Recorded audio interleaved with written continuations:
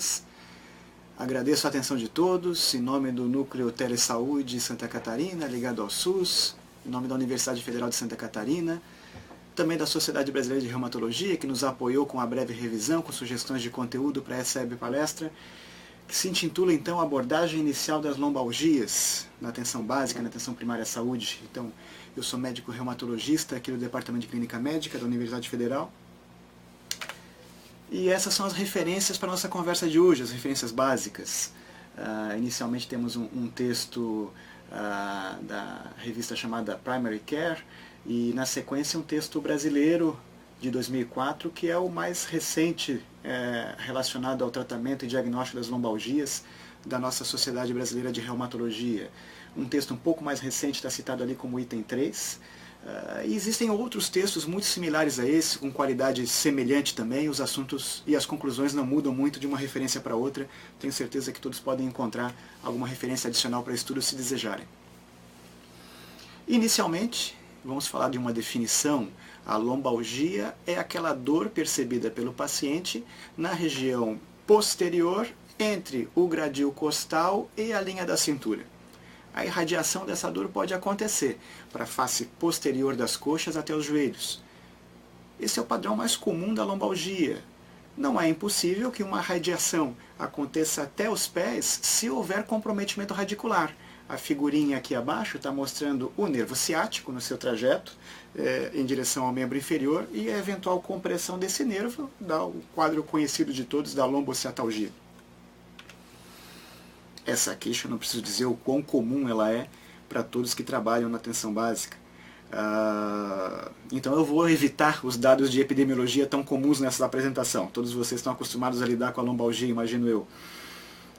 E a principal tarefa para lidar adequadamente com essa queixa de um paciente nosso é um bom raciocínio diagnóstico.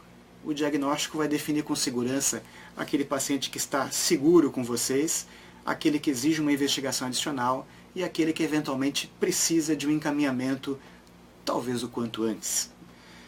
A maneira de pensar pode variar de acordo com a experiência de cada um de vocês, mas uma maneira recorrente para organizar o raciocínio diagnóstico é pensar numa classificação fisiopatológica. Que mecanismos podem estar provocando essa dor lombar no paciente? E aí nós vamos pensar em 3 mecanismos principais. A lombalgia é provocada por fenômenos mecânicos degenerativos. Já vou explicar melhor do que se trata. A maioria dos casos vai estar nessa classificação.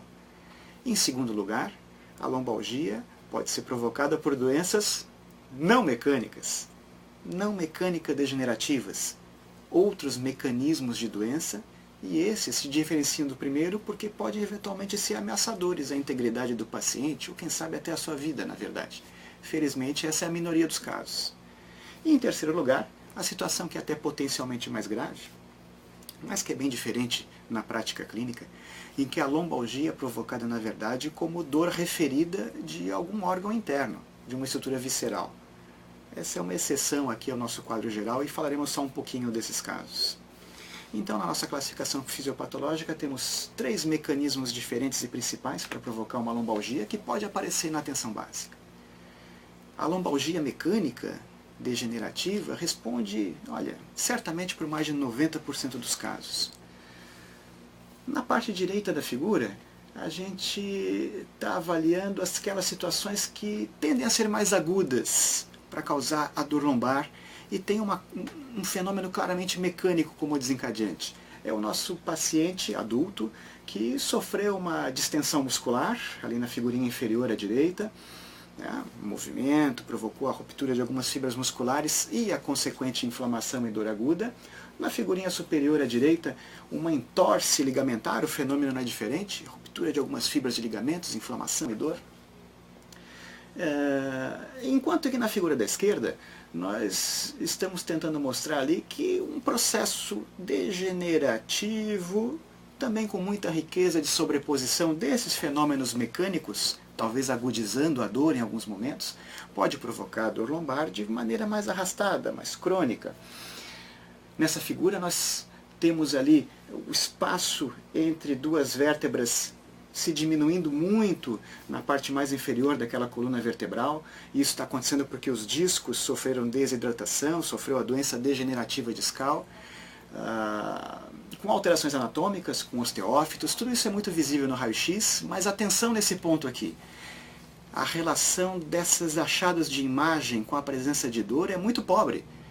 Na verdade, boa parte das pessoas que têm essas alterações aqui nas suas radiografias, nas ressonâncias, exames de imagem, tem pouca ou nenhuma dor lombar. Esse processo talvez já tenha se resolvido, os discos estão fibrosados, não tem alterações atuais acontecendo no momento a ponto de provocar dor para essa pessoa. Então a relação entre a imagem dessa doença degenerativa e a presença do fenômeno físico, a doença, a dor, é muito pobre na verdade. O fato é que essas duas coisas se relacionam muito. E um paciente pode ter dor lombar crônica, uma sequência de fenômenos degenerativos acontecendo na estrutura da coluna vertebral, que pode ser agudizada em alguns momentos por essas distensões e torces, e fenômenos até menores do que esse, né? Alterações posturais que provocam contraturas musculares, distensões menores, mas sem lesões celulares, eventualmente podem provocar dor também. O que tem de importante nesses quadros agudos ou tendendo à cronicidade de natureza mecânica degenerativa é que a evolução desses quadros é benigna do ponto de vista físico para o paciente, né? A integridade física dele e certamente a sua vida não estão em risco por essas condições. Elas podem provocar limitação, pode provocar sofrimento e dor nos casos mais intensos e arrastados, mas nós estamos em situações em que não há urgências diagnósticas aqui. É por isso que elas se diferenciam das outras causas que eu vou passar a seguir. Antes que eu me esqueça, nós temos duas palavrinhas aqui, agudos e crônicos, e os pontos de corte não são muito precisos. Algumas referências vão dizer que a lombalgia aguda tem menos de 4 semanas de duração, outras 6. Um quadro crônico tem mais de 12 semanas ou 3 meses, mas ele é certamente crônico quando tem 6 meses, 1 ano, anos de evolução, né? E há uma zona de sombra entre os quadros agudos, 4 a 6 semanas, e o quadro crônico de 12, né? A lombalgia subaguda, em que os diagnósticos se misturam muito. Mas não esqueçam, os fenômenos mecânicos degenerativos são esses em que não temos uma doença sistêmica associada. Na sequência, nós temos o que responde então por 10% ou menos dos casos de lombalgia, a lombalgia de causa não mecânica, os outros fenômenos de doença. Como outros, eu vou lembrar primeiro da lombalgia de natureza inflamatória, em que uma doença inflamatória sistêmica está afetando a coluna vertebral e provocando dor. O diagnóstico número 1 a lembrar nesse grupo é aquela entidade chamada espondilite anquilosante, do grupo das espondiloartrites, em que um processo inflamatório articular, de natureza autoimune, autoinflamatória, está afetando lá na base da coluna as articulações sacroiliacas, provocando uma dor lombar baixa, na verdade uma dor glútea inclusive, e em algum momento da evolução dessa doença afetando a coluna vertebral ascendente, causando aí sim uma lombalgia de características inflamatórias, matinal, com rigidez matinal prolongada, num paciente jovem. Aqui na esquerda da nossa figurinha, algumas vértebras se achatando por fraturas em consequência à osteoporose, né? Fragilidade óssea vertebral. Na mulher pós-menopausa ou no homem mais idoso, após 70 anos, a lombalgia pode acontecer como consequência a fraturas, mesmo na ausência de uma história clara de trauma por causa de osteoporose. Essa é uma condição sistêmica, na verdade, do ponto de vista ósseo. O tratamento pode mudar a evolução dessa entidade e merece um diagnóstico um pouco melhor do que aquelas entidades mecânicas que citamos antes. Mais graves ainda estão nessa figura agora outras causas de lombalgia não mecânica, que nem ficam tão bem citadas como causa de lombalgia crônica, né? Esses são casos de início recente que precisam ser diagnosticados o quanto antes para melhor desfecho do nosso paciente, né? Uma condição infecciosa que afete a coluna vertebral acontece na osteomielite vertebral ou na espondilodicite, né? Afetar a vértebra e o seu disco entre as duas vértebras, porque aconteceu uma bacteremia, bactérias se alojaram no interior de uma vértebra, começaram a crescer, formando abscessos, afetando o disco e até o espaço próximo à vértebra. Isso vai provocar uma dor lombar que se inicia em algum momento e, na verdade, tende a não melhorar nas próximas semanas, né? Evoluindo, se não for diagnosticada, para chegar perto daquele período de cronicidade.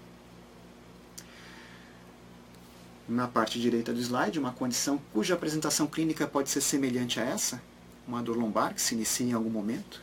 que não tende a melhorar, ao contrário, tende a piorar progressivamente nas semanas seguintes à sua instalação, e é o comprometimento neoplásico da coluna vertebral, mais geralmente por metástase de um tumor à distância, um tumor de próstata, um tumor de mama, ou eventualmente um tumor primário da coluna vertebral, um tumor hematológico, mieloma múltiplo, que vai provocar fraturas vertebrais também, né? Colapso vertebral por fragilidade óssea, em consequência a patologia, e eventualmente afetando o espaço extravertebral com comprometimento das estruturas vizinhas. O quadro clínico, em termos de lombalgia, não é tão diferente. É diferente a apresentação do nosso paciente para esses diagnósticos, que são graves então e merecem um diagnóstico em pouco tempo. Felizmente, são condições, claro, muito mais raras do que a lombalgia mecânica. Em terceiro lugar, falamos de dois mecanismos, né? Mecânico-degenerativo, as causas não mecânicas, mas de doenças afetando a coluna vertebral. E aqui, terceiro lugar, nós temos as situações em que a doença não está na coluna vertebral, nem na sua adjacência, na verdade, órgãos viscerais provocando a sensação de dor referida, né? A causa mais comum é a doença renal, a pielonefrite, que vai provocar uma dor sentida na região lombar. O quadro clínico geralmente não lança muita dúvida nesse diagnóstico, né? São situações agudas e com sinais ou sintomas de acometimento visceral, com alteração de sinais vitais, etc. Mas lembrem dessa possibilidade no nosso paciente que tem uma lombalgia de caráter mais agudo e tenha manifestações viscerais de alguma forma, né? Ou autonômicas, ou alterações de sinais vitais. Qualquer um dos dois mecanismos iniciais que nós falamos, as causas mecânica-degenerativas ou as doenças sistêmicas afetando a coluna vertebral, podem, por proximidade, por contiguidade, afetar uma estrutura neurológica que é vizinha às vértebras, né? A medula está correndo dentro do canal medular, ela está emitindo e recebendo raízes nervosas que passam pelos forames intervertebrais e ela termina lá na cauda equina com as suas últimas raízes descendo até o forame sacral. Alterações de natureza degenerativa da coluna vertebral, então, que provocam variações anatômicas, um disco que se desidratou, que permitiu a herniação do seu núcleo, eventualmente ele pode se aproximar, e basta se aproximar com algum processo inflamatório em volta dele para provocar algum sintoma neurológico de uma raiz nervosa. Se houver um contato direto, então, mais ainda. Como a causa aqui é um fenômeno mecânico degenerativo, nós temos uma condição de evolução muito provavelmente benigna também, não ameaçadora à integridade do paciente na grande maioria dos casos, que vai melhorar com tratamento conservador inclusive, mas que gera uma dor que é mais intensa, uma dor que costuma ter maior intensidade e que vai seguir o trajeto da raiz afetada, né? A principal utilidade para o médico ao perceber esse tipo de dor é ter uma noção de qual nível da coluna vertebral está acontecendo o processo que está provocando aquela dor, né? Há uma localização anatômica mais precisa quando tem um acometimento radicular muito claro, né? Na parte inferior da figura nós temos uma outra natureza de acometimento neurológico, geralmente também por doença mecânica degenerativa da coluna, mas aí não afetando uma raiz nervosa apenas. Seriam múltiplas alterações anatômicas degenerativas da coluna vertebral que estão realmente diminuindo o espaço do canal medular e provocando a estenose e o sofrimento de várias raízes nervosas ou até da medula como um todo. Essa condição, um pouco mais rara que a primeira, se chama estenose do canal lombar, no caso aqui das lombalgias, e é realmente o segmento mais comum para essa doença. E o quadro clínico é um pouquinho diferente, a gente vai comentar daqui a pouco. A estenose do canal medular pode acontecer também nas doenças da coluna vertebral e provocar uma forma um pouco diferente de lombalgia. Terceiro, e um pouco mais grave em termos de acometimento neurológico, está ali a síndrome da cauda equina, quando as alterações anatômicas estão presentes justamente lá abaixo do fim do cone medular, acometendo as últimas raízes nervosas da medula, aquelas que vão inervar a região do períneo, os esfíncteres, e essa condição é potencialmente grave pelo dano neurológico crítico ao paciente, que pode ser a perda do controle esfincteriano, né? Então a abordagem nesse tipo de lesão pode configurar uma emergência mesmo. Felizmente ela também é muito mais rara. Falei disso muito pelas doenças mecânico-degenerativas, mas é preciso lembrar que aquelas outras doenças não mecânico-degenerativas também podem afetar as estruturas neurológicas vizinhas à coluna. Então, uma radiculopatia ou estenose do canal podem acontecer por uma doença neoplásica, que esteja crescendo, né, um tumor, e provocando também a compressão de estruturas vizinhas, ou por um abscesso. Né? Não é exatamente o acometimento neurológico, a radiculopatia, que seja, que me diz que nosso paciente tem uma doença mecânico-degenerativa, é mais a sua apresentação clínica de história, que eu vou comentar daqui a pouco um pouquinho mais, que me diz que o fenômeno é mecânico-degenerativo. De qualquer maneira, por frequência, por epidemiologia, as causas mecânicas são de longe mais comuns causadoras desses problemas. Está aqui, por exemplo, uma manobra de exame físico, né? Para nos lembrar, a gente está falando um pouco de fisiopatologia e daqui a pouco vamos falar em anamnese, exame físico, o que, na verdade, todos os colegas relembram e conseguem fazer com facilidade, né? A manobra de Laseg, para fazer o estiramento das raízes nervosas do nervo ciático, L4, L5 e S1. Né? Nosso paciente deitadinho, em decúbito dorsal, o examinador faz a elevação passiva do membro inferior em uma certa angulação, isso é muito variável também de acordo com as referências, mas mais ou menos a meio ângulo, né, dessa elevação do membro inferior, entre 30 e 60 graus, se acontecer a reprodução da dor intensa no trajeto radicular, com características neuropáticas, do tipo um choque que o paciente sente ao longo do membro inferior, você tem uma manobra positiva para dizer que a lombalgia que o paciente está referindo, que tem irradiação para o membro inferior, deve ser provocada por uma radiculopatia do ciático, raiz L4, L5 ou S1. Né? Isso te dá uma localização anatômica do gerador da dor e alguma segurança maior para o seu manejo. Né? Você está mais próximo de um diagnóstico mais preciso.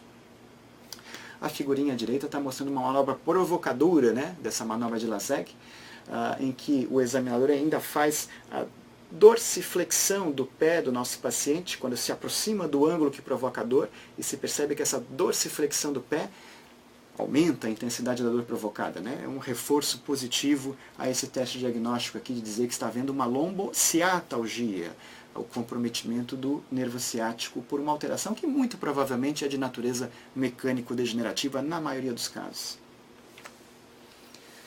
Se o nosso paciente tem aquele acometimento neurológico de forma um pouco mais difusa no canal medular, provocando a estenose do canal medular, o sintoma de dor que se irradia para os membros inferiores tende a ser bilateral, tende a ser mais difuso, não seguindo aquele trajeto radicular tão preciso do nervo ciático e com uma característica que pode ser útil ao diagnóstico. Né?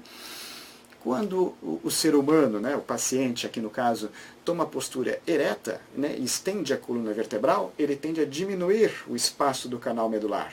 Se ele sofre de estenose do canal medular, a posição ereta tende a provocar a piora dos sintomas. Então nosso paciente fica em pé para caminhar, em questão de algum tempo ele começa a sentir a dor nos membros inferiores bilateralmente, principalmente na face posterior das coxas. Mas não é exatamente o fato de caminhar que provoca a dor, é o fato de ele ficar em pé durante algum tempo com a postura ereta. Então essa clínica pode se chamar de pseudoclaudicação ou de claudicação neurogênica. Parece a claudicação vascular, mas não é. Tem a ver com a compressão da medula pela estenose do canal lombar. Quando o nosso paciente faz a flexão da coluna, tende a se flexionar para frente, e ali está a nossa pacientinha, né, empurrando o carrinho de compras, a semiologia chama isso de sinal do carrinho de compras, né? Ele faz a flexão lombar, e ele faz isso inconscientemente, até porque ele percebe que isso provoca o alívio da dor que ele sente nos membros inferiores. Esse é um quadro clínico típico da estenose do canal lombar, um acometimento difuso, geralmente degenerativo, levando a múltiplo acometimento radicular ou da própria medula no nível lombar. Falamos um pouquinho de descrição dos quadros clínicos, da anamnese, do exame físico, né? Dos 3 mecanismos fisiopatológicos principais a afetar a coluna vertebral, provocando lombalgia diretamente, mecânico-degenerativo número 1, de longe o mais comum, doenças sistêmicas afetando a coluna, né? O mecanismo número 2 aqui, potencialmente grave paciente, e terceiro, as doenças viscerais referidas. Porque esse conhecimento é importante para o diagnóstico. Se eu tiver, né, maior experiência possível em reconhecer tais diagnósticos, eu consigo coletar dados de anamnese, exame físico do meu paciente, exames complementares, e raciocinar de modo a entender qual paciente está seguro comigo, qual paciente precisa de exames complementares, quais eu devo encaminhar. Uma maneira de organizar o raciocínio agora, nessa etapa, depois de pensar de forma diagnóstica, é: bom, meu paciente tem sinais de alerta que sugiram que ele tem uma doença sistêmica afetando a coluna vertebral, que ele precisa de exames complementares ou de encaminhamento. Esses sinais de alerta para essas doenças sistêmicas se chamam na literatura de red flags, né? Sinal vermelho, se pensar seriamente nesse caso aqui. Existem, um pouco mais recentemente definidos, esses sinais amarelos, yellow flags, que não indicam a suspeita para doença grave afetando o paciente, indicam, na verdade, o risco, a tendência desse meu paciente ter uma evolução desfavorável com aquela lombalgia de causa mecânica degenerativa. Aquele paciente que, em vez de melhorar, né, após uma lesão mecânica, ele cronifica a sua dor e isso se torna um transtorno para ele ou para o sistema de saúde. Então, yellow flags são os indicativos de evolução desfavorável da lombalgia mecânica. E antes de falar deles, eu vou falar dessa humilde criação para essa apresentação aqui, que é o sinal verde. O sinal verde, é claro, é o que falta entre o vermelho e o amarelo para o nosso clínico na atenção primária, atenção básica, ficar tranquilo com relação a um certo diagnóstico de dor lombar. É aquele que não tem sinais de alerta para as outras condições e tem um quadro clínico muito típico, na verdade. É o nosso paciente que é adulto. Estamos falando de pacientes adultos aqui hoje. Não sei se eu deixei isso claro antes, mas não estamos falando de lombalgia em crianças. Tem um diagnóstico, um comportamento diferente. O nosso paciente é um adulto. Não é um idoso, é um paciente adulto ainda jovem, a referência para ser jovem em adulto pode variar, certo? Ali a gente está falando em 70 anos, que é o que se estabelece em algumas referências, mas outras são mais duras e vão falar em 50 anos, para a gente ficar tranquilo com relação ao nosso sinal verde aqui. Mas um paciente adulto que não seja um idoso, certo? Que tenha menos de 50, 60 anos e que conta na sua história que teve uma atividade física que promove carga mecânica na região lombar. Em algum momento, a presença disso na história costuma estar presente. Está ali a figurinha da senhora fazendo, a senhora não idosa, percebam, né? Fazendo a sua, mas não tão jovem, fazendo a sua jardinagem. E passou o sábado fazendo a sua jardinagem, ou domingo, né? E aí talvez no fim da tarde de domingo, né? Ou na manhã do dia seguinte, porque durante aquela atividade ela provocou algum tipo de lesão mecânica na coluna, isso apareceu, uma distensão, uma entorse, ou mesmo uma ruptura de fibras de um disco intervertebral, né? Uma protrusão discal começando a acontecer. Passam-se algumas horas, um processo inflamatório se estabelece ali em consequência disso. Passa a noite, muitas vezes passa a noite, nosso paciente deitado, o disco intervertebral se hidrata novamente, do que ele se ressecou durante o dia, né? E ao se hidratar ele aumenta de volume. No dia seguinte, nosso paciente vai acordar com uma dor na região lombar. E essa dor tem claramente características mecânicas. É aquela dor que, ao colocar carga, ou seja, colocar força mecânica sobre a estrutura que foi lesada, a dor piora.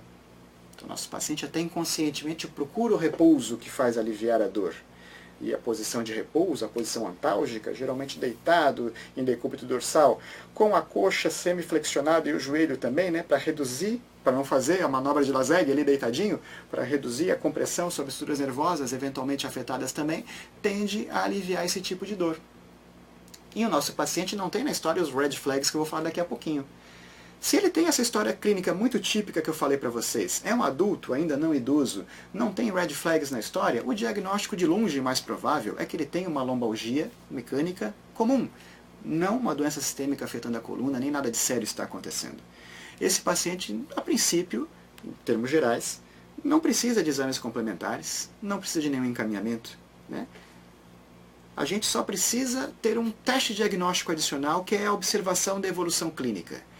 Com esse quadro aqui, o nosso paciente deve melhorar progressivamente nas próximas semanas. Até aquele período de 4 a 6 semanas, é o que a gente espera ter uma melhora clínica perceptível. Talvez ele tenha um pouco de dor ainda, mesmo passado esse período, mas ele certamente está melhorando e o paciente tem percepção disso.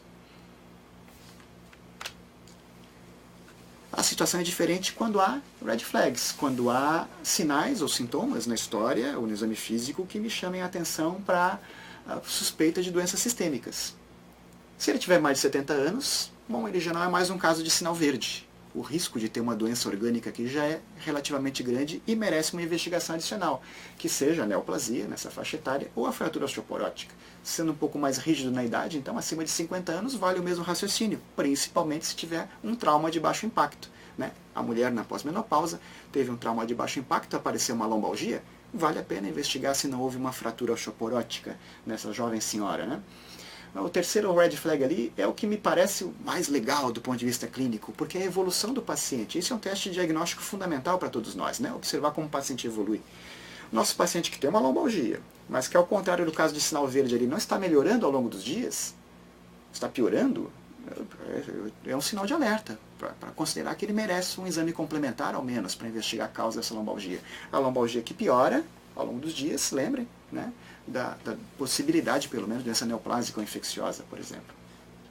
Nessas duas condições, né, é muito clássico descrever a dor que não alivia com repouso, a dor que piora à noite, o que faz o paciente acordar à noite com dor, né? Isso me sugere muito que a causa do problema não é de natureza mecânica, aquela lesão benigna que piora quando eu coloco carga em cima. Me sugere um processo que está crescendo, que está expandindo, que durante a noite, quando eu paro para prestar atenção na minha coluna, puxa, está doendo. É estranho, né? Então essa dor que piora à noite é uma lembrança para a possibilidade de doença sistêmica afetando a coluna. Como é, puxa, a história do paciente que já teve câncer um dia, né? O paciente teve câncer um dia, está curado a princípio, foi tratado. Um dia começa uma lombalgia. É prudente investigar essa lombalgia, no mínimo com exames complementares básicos, sabe? No mínimo. É prudente valorizar a história prévia de neoplasia, mesmo que ele se considere curado. Mais importante ainda é se o paciente tem evidência na doença atual, né, de uma doença sistêmica. Se ele está emagrecendo, se ele tem febre, se ele tem um foco infeccioso vigente no momento, se ele está com uma pielonefrite, por exemplo, e de repente apareceu uma dor que é claramente relacionada à postura, à movimentação da coluna. Tive uma pielonefrite, a dor típica da pielonefrite. Tratei. Mas alguns dias depois apareceu uma dor que foi piorando na coluna vertebral. Quando eu movimento a coluna, a dor é muito intensa. Parece ser uma dor vertebral mesmo. Quem sabe lá está um abscesso que aconteceu por contiguidade de uma infecção renal, quem sabe. Problemas infecciosos são mais suspeitos em quem é imunossuprimido, né? Então, imunossupressão é um red flag. Etilismo é imunossupressão, diabetes é imunossupressão, é interessante lembrar disso. Uso de corticoides, então, é imunossupressão potente. E o uso de corticoide é o imunossupressor que dá o risco de osteoporose com fratura também, né? Interessante.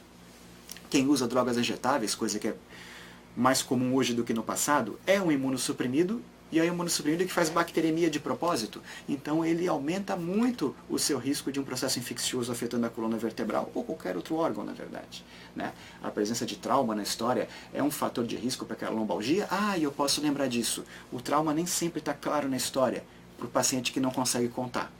Falando de idosos, o idoso demenciado, ele não consegue contar que ele sofreu um trauma sem querer ou que foi agredido, né? Então é interessante lembrar da possibilidade de fratura no idoso, a história de trauma, mesmo que não apareça claramente no nosso paciente que é demenciado. E a maioria das referências nem cita como red flags, mas eu faço questão de acrescentar aqui a presença de lombalgia inflamatória, aquela que é matinal pela manhã e tende a aliviar ao longo do dia. Essa me sugere uma doença reumática, né? E eu sou reumatologista, então, puxa, essa me lembra a possibilidade de espondilite anquilosante, se é uma lombalgia, que o paciente acorda de manhã com lombalgia e ao longo do dia tende a melhorar, certo? Como é também uma lembrança para esse diagnóstico o fato de ter inflamação em outros sistemas orgânicos, né? Ele teve uma artrite do joelho, nem é outro sistema orgânico, é músculo esquelético, mas é uma artrite mais evidente ao exame físico. Ele tem uveíte, ele tem psoríase cutânea, ele tem diarreia crônica. São pistas para uma doença inflamatória afetando a coluna vertebral, e aí esse paciente vai precisar de alguns exames complementares. Qualquer um desses red flags te leva a pedir exames complementares para o paciente com lombalgia. Que exames mínimos, em geral, como regra geral, né? Cada caso é um caso, mas como regra geral, para o nosso paciente que tem uma lombalgia e que saiu do sinal verde, tem um red flag. O hemograma sempre vai ser feito, ele dá muitas pistas. Provas de inflamação sistêmica, a VHS, a velocidade de hemossedimentação ou a dosagem da proteína C reativa, da PCR. Né? Numa doença inflamatória sistêmica, eles tendem a estar elevados. Né? Uma neoplasia metastática vai aumentar muito, a espondilodicite também, a espondilite anquilosante aumenta pelo menos um pouquinho na maioria dos casos. Fosfatase alcalina, frequentemente esquecido, um marcador, né, de enzimas, uma enzima canalicular hepática, mas também um marcador do metabolismo ósseo. Então, a osteoporose não vai aumentar a fosfatase alcalina, a não ser que tenha uma fratura recente, né, e o remodelamento ósseo pode aumentar a fosfatase alcalina. E a doença de Paget do osso, que eu não citei ainda, pode afetar também a fosfatase alcalina, provocando esse aumento. Ela pode ser uma causa de dor lombar também, uma outra doença osteometabólica. Imagem. Que imagem eu vou fazer? O raio-x simples é o que deve ser feito primeiro, né?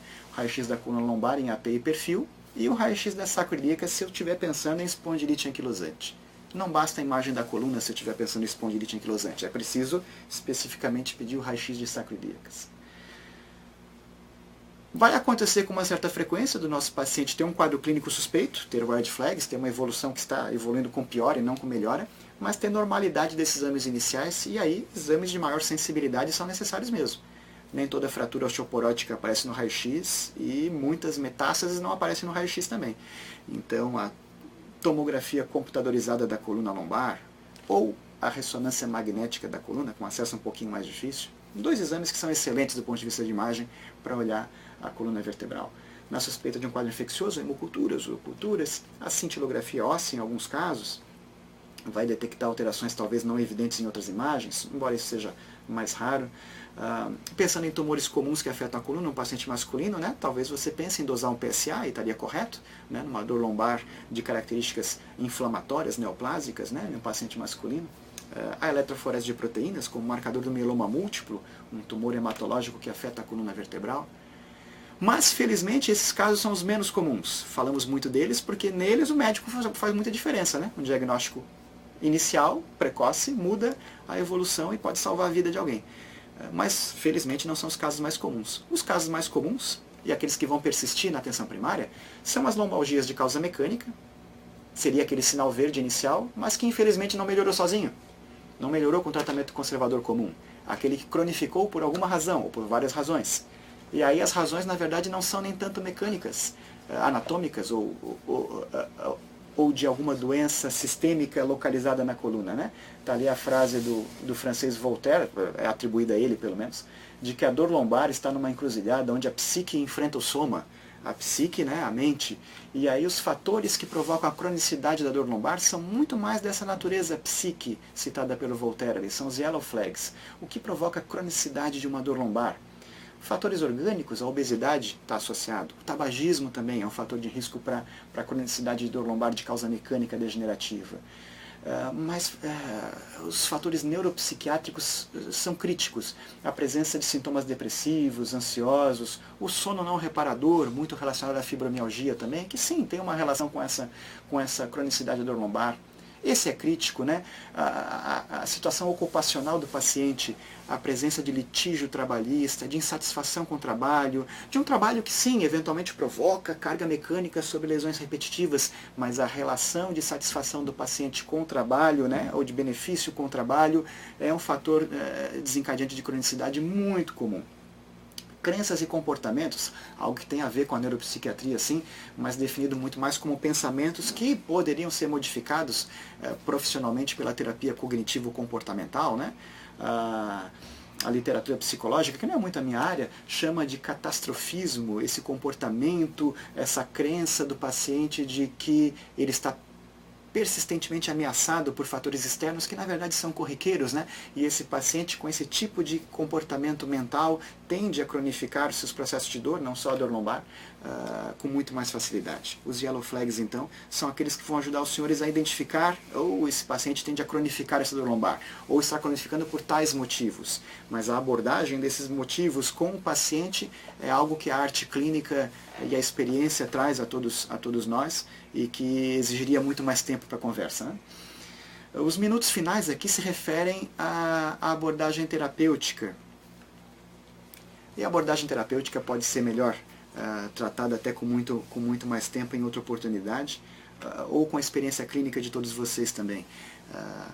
O tratamento é muito mais consequência a um diagnóstico bem feito, e por isso o meu tempo de me dedicar aqui ao raciocínio diagnóstico é muito maior. O tratamento não traz grandes novidades para aquilo que vocês conhecem da prática clínica, né? A maior novidade seria a aceitação desse tratamento como o disponível para o paciente com lombalgia aguda ou crônica. Do ponto de vista farmacológico, a analgesia pode ser feita para um paciente com uma lombalgia mecânica, estamos falando de lombalgia mecânica, de acordo com a necessidade, da intensidade da dor desse paciente. Numa lombalgia mecânica aguda comum, nenhuma analgesia é necessária se o paciente achar que não é necessário, porque a tendência é a melhora espontânea nas semanas seguintes. Mas se for, a analgesia pode ser feita. Alguns pacientes podem se beneficiar de analgesia com paracetamol mesmo, um pequeno tamanho de efeito, insuficiente para a maioria dos casos, diria eu, mas sabendo usar não é impossível, de forma segura. Pode-se dar paracetamol na dose de 1 grama, pela manhã, para o nosso paciente com uma lombalgia mecânica, no meio do dia, no fim da tarde, 1 grama. A dose é um pouquinho maior, 2 comprimidos de 500, 1 grama. 3 vezes, ao longo do período em que o paciente está ativo e tem uma tendência maior a ter dor. Durante a noite, no repouso, acho que ele não vai precisar. Então, 3 gramas de paracetamol num dia, uma dose baixa, segura, e talvez seja uma analgesia suficiente para alguns casos. Se eu precisar de mais do que isso, de acordo com o perfil de efeitos colaterais que meu paciente pode aceitar com segurança, anti-inflamatório não hormonal, vai ter um poder analgésico maior, ou o opioide, o tramadol. Esses dois conjuntos com efeitos adversos diferentes, né? O risco renal, o risco cardiovascular, o risco gastrointestinal do anti-inflamatório não hormonal, que eu vou pesar o risco de correr isso ou não, por quanto tempo de uso para o meu paciente, e a sensação de tontura, a náusea, a constipação que o tramadol pode dar, mais em pacientes idosos. A gente vai ver a aceitação e o uso dessas analgesias. Quando o nosso paciente tem um acometimento neurológico, uma ciatalgia, e a dor é muito aguda, muito intensa, mas vai ter uma evolução benigna na maioria dos casos, porque a causa é mecânico-degenerativa, é simples, aquilo vai melhorar. Aquele disco que protruiu, o edema vai diminuir, vai fibrosar e vai liberar a compressão do nervo em algumas semanas. Não deve se ter pressa também nessa evolução, né? A melhora vai acontecer gradualmente, mas os sintomas vão estar persistentes ainda por 2, 4, 6 semanas, em média.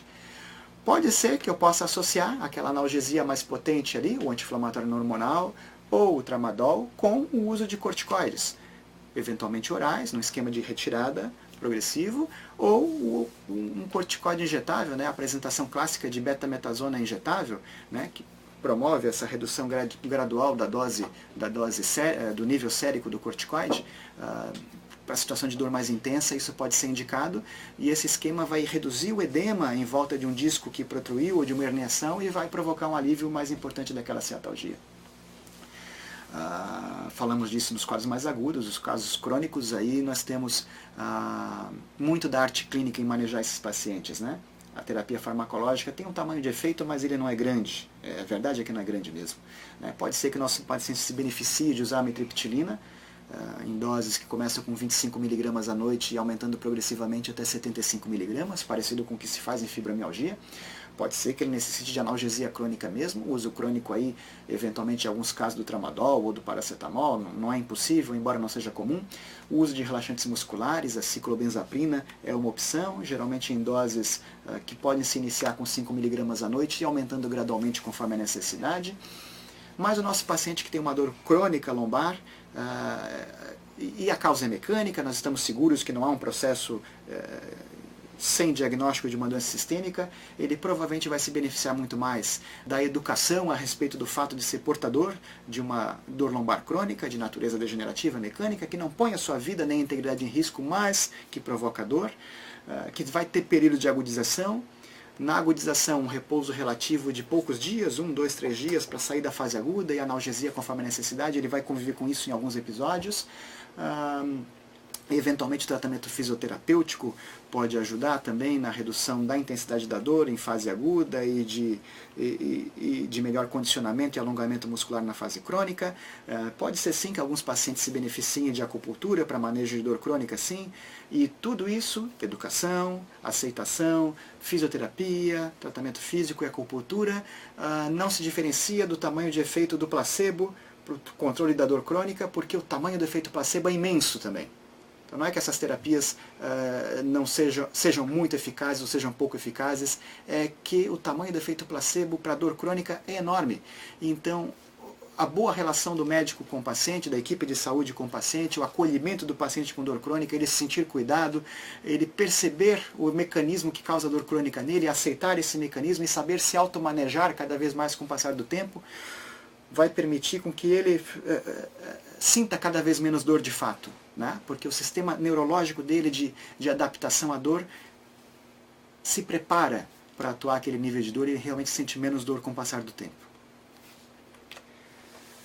Colegas, espero não ter falado muito rápido no nosso tempo de 40 minutos. Eventualmente esse assunto e outros podem ser tratados de novo em outras oportunidades e eu vou ficar à disposição de vocês para perguntas e talvez respostas nos próximos minutos. Muito obrigado pela atenção. O pessoal de Porto Seguro tinha comentado aqui que ao atender alguma queixa de dores lombares ou nas costas, sempre faz, esse profissional que está conectado, a inspeção da região dorsal. E sempre tem alterações, uma região mais alterada do que a outra. É um comentário deles, se você quiser também dar uma comentada. Esse comentário é muito importante, porque o colega lembrou do exame físico que eu não tive tempo de comentar aqui em detalhes, né? E a inspeção da região lombar é fundamental de ser feita mesmo. O nosso paciente tem dor numa certa região corporal, né? Uma maneira fácil de errar é não olhar, né, para essa região, né? E sim, a inspeção pode dar algumas pistas, sim. Não vai ser incomum que o nosso paciente com uma lombalgia crônica de caráter mecânico, por exemplo, ele tenha um desvio na coluna vertebral, uma escoliose, né? Sim, pode ser que aquela alteração postural seja um contribuinte para a dor lombar de natureza crônica, é possível. Mas, novamente, como eu comentei, a relação entre a alteração de imagem no raio-x é pobre, né, com a presença de dor lombar, e a correlação dessa alteração anatômica ao exame físico com a dor também é pobre. Muitas pessoas têm escolioses enormes e não se queixam de dor lombar importante, porque bem se adaptaram a elas, né? Então, as alterações podem estar presentes, sim, ao exame físico, e podem ter relação com a dor lombar crônica ou não. Quando o quadro é crônico, né, o que a literatura nos aponta é que aqueles yellow flags citados têm mais força para provocar a cronicidade do que as alterações anatômicas per si. Mas sim, elas podem estar presentes sim e podem ser fatores provocadores ou desencadeantes de dor lombar, sem dúvida. E o colega está muito correto em lembrar do exame físico, né? No mínimo, inspecionar a coluna lombar é parte obrigatória do exame, sem dúvida.